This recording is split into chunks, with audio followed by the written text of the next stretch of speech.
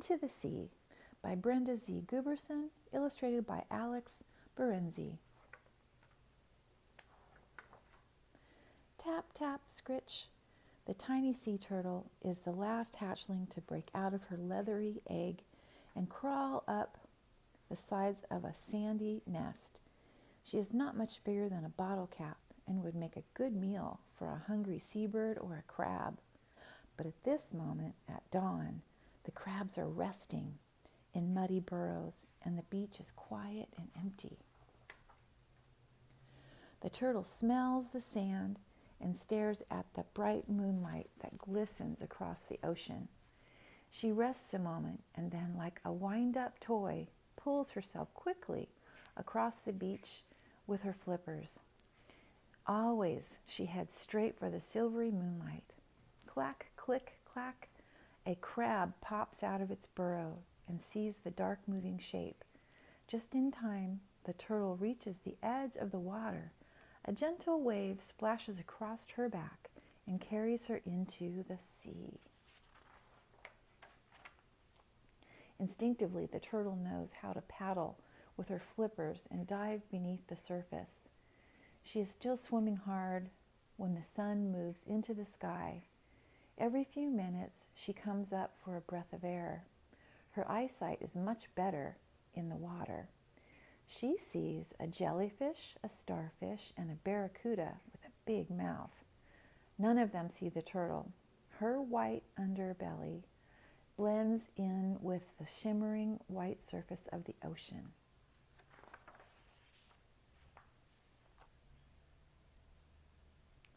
Splop! The turtle comes up for air in the patch of sargassum weed. A tiny crab and a water strider ride on the floating raft. Below the sargassum, fish use the plant for camouflage. They all drift with the winds and current while the weeds hide them from the sharp-eyed birds above and the hungry fish below. The little turtle floats around in the clump for several months, eating tiny plants and animals called plankton. As the turtle grows, her shell grows with her and gets a little harder. She likes to dive into long streams of seaweed that grow on the ocean bottom. There, mussels and seahorses sift water for plankton to eat. When the strong current comes up, the seahorses grab on to the seaweed with their tails, while the mussels hold on to the rocks with thread-like feet. But the little turtle has not yet strong enough to swim against the current. She drifts away with the moving water. The turtle spends her first winter in a warm tropical sea full of brilliant colors and creatures with big mouths. Like all the sea turtles, she cannot pull her head and flippers into her shell for protection. But she finds many places to hide in the coral reef. When a butterfly fish swims in her direction, she darts under that ledge.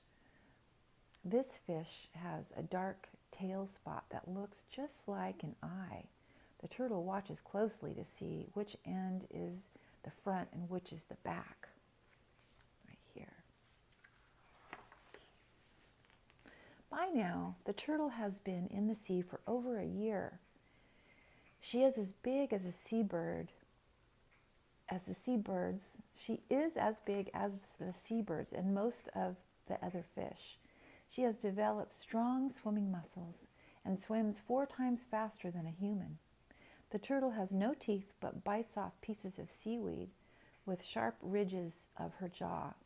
She spends 2 whole months eating her way through a rich, wavy garden of seagrass.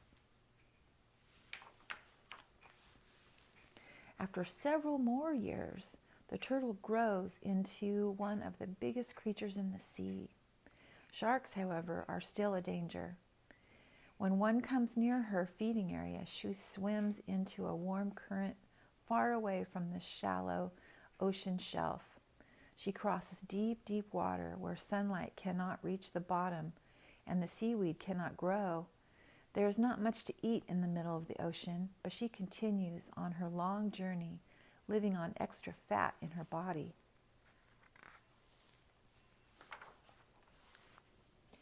Even a big turtle can get very tired. Sometimes she stops to sunbathe on the surface of the water. The sunlight discourages the barnacles and marine grasses from growing on her shell. She likes to float for hours in the midday sun. A remora with a special fin on its head attaches to her underside for a free ride. Then a tired brown booby flutters down to join them for a rest on the surface of the ocean.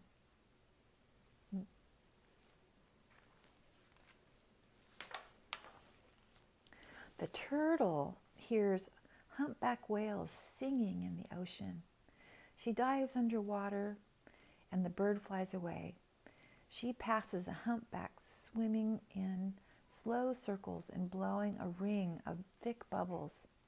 Many small fish get caught up in the swirling, whirling water of this bubble net. With a strong push of its fluke, the whale comes up through the middle and swallows hundreds of trapped minnows in one huge gulp. The turtle swims swiftly away, but the remora stays behind to catch a ride on the whale. At 300 pounds, the turtle is a full-grown adult. Soon eggs begin to form in her body, and she finds a current that seems familiar to her and follows it back across the ocean. The turtle swims under the water for almost 2 hours, but before she comes up for a breath, she swims below a fishing boat. Suddenly, she finds herself trapped in a net. Each time she tries to swim away, her flippers scrape the sides of the net and almost get tangled into the woven ropes. She bumps into metal bars, clunk. Shrimp and small fish swim through the slots between the bars, but the turtle is much too big. She swims over them and finds an escape door at the bottom. Soon she is at the surface of the ocean, taking in big gulps of fresh air. Whew. After a rest, the turtle follows the same familiar current through the sea. She swims many hundreds of miles in this flow of water. Finally, she crosses over the top of the ocean mountain and along the steep side of another. When she pops her head out of the water, she sees the top of the second mountain. It is a round island with warm, sandy beach. There are other turtles just like her in the water. Some are male and some are female. A male swims up to her and nuzzles her head. He swims in front of her, touches her flippers, and gently nibs at her shoulder.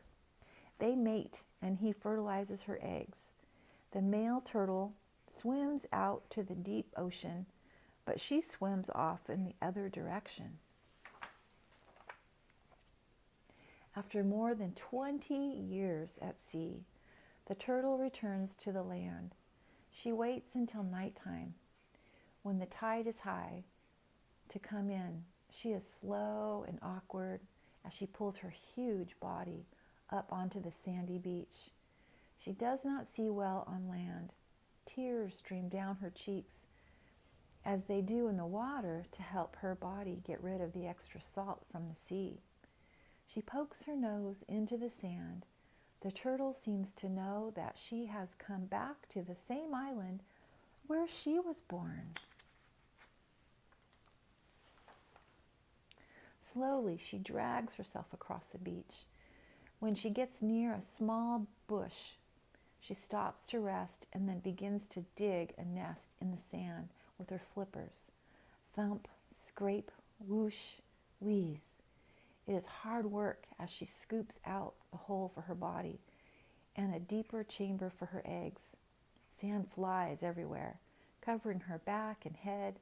She works for 3 hours, laying over 100 eggs, and then covering them with sand. Once again, the turtle crosses the beach. Waves sweep the sand off her back and lift her into the water. Her huge body feels lighter as she sees clearly again. She leaves the sandy nest behind her. If nothing destroys her eggs, her babies will hatch in 2 months. Perhaps 1 or 2 will get past the crabs and the seabirds, the fish and the fishing nets, and like their mother, will return to lay their eggs on the same sandy beach before making their way back into the sea.